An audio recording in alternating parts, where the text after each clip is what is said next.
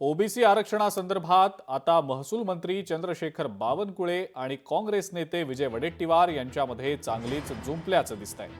ओबीसींबद्दल वडेट्टीवारांची भूमिका ही दुटप्पी असल्याचं बावनकुळे म्हणतायत। ठाकरेंचं सरकार होतं त्यावेळेला ओबीसींचं 27% आरक्षण संपलं होतं, पण फडणवीस सरकारनं कोर्टाद्वारे हे आरक्षण मिळवून दिल्याचं बावनकुळे म्हणाले। त्यांच्या याच वक्तव्यावर विजय वडेट्टीवार यांनी पलटवार केलाय। आमचं आरक्षण कोर्टामुळे वाचलंय, कुणाच्या सरकारमुळे नाही, असं वडेट्टीवारांनी प्रत्युत्तर दिलंय। तर 27% आरक्षण वाचलं तर निवडणुका अगोदरच का घेतल्या नाहीत, असा सवाल सुद्धा वडेट्टीवारांनी आता उपस्थित केलाय।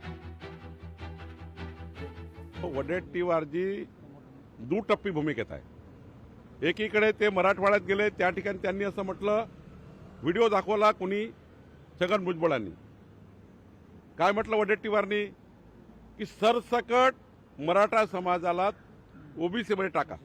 हे वडेट्टीवारचं भाषण आहे। आता ते नागपुरात गेल्यावर सांगतात की ओबीसी नेतृत्व संपणार आहे। मी आपला दाव्याने सांगतो, आमचा कुठलाही प्रांत, कुठलाही तहसीलदार खोटं प्रमाणपत्र कुणाला देणार नाही। काही ओबीसी नेतृत्वाला अडचण येणार नाही। उलट वडेट्टीवारला माझा सवाल आहे, वडेट्टीवारजी उद्धव ठाकरे सरकार असताना 27% ओबीसी आरक्षण हे संपलं होतं।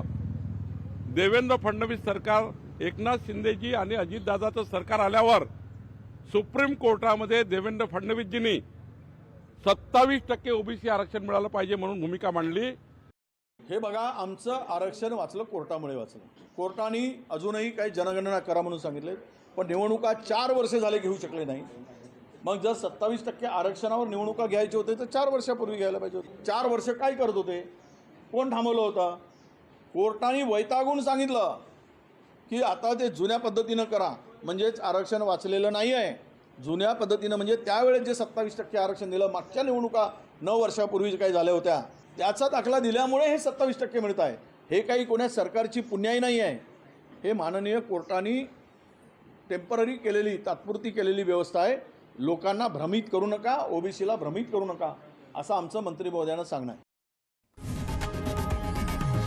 लोकशाही मराठी ऐका, पहा, जागरूक रहा।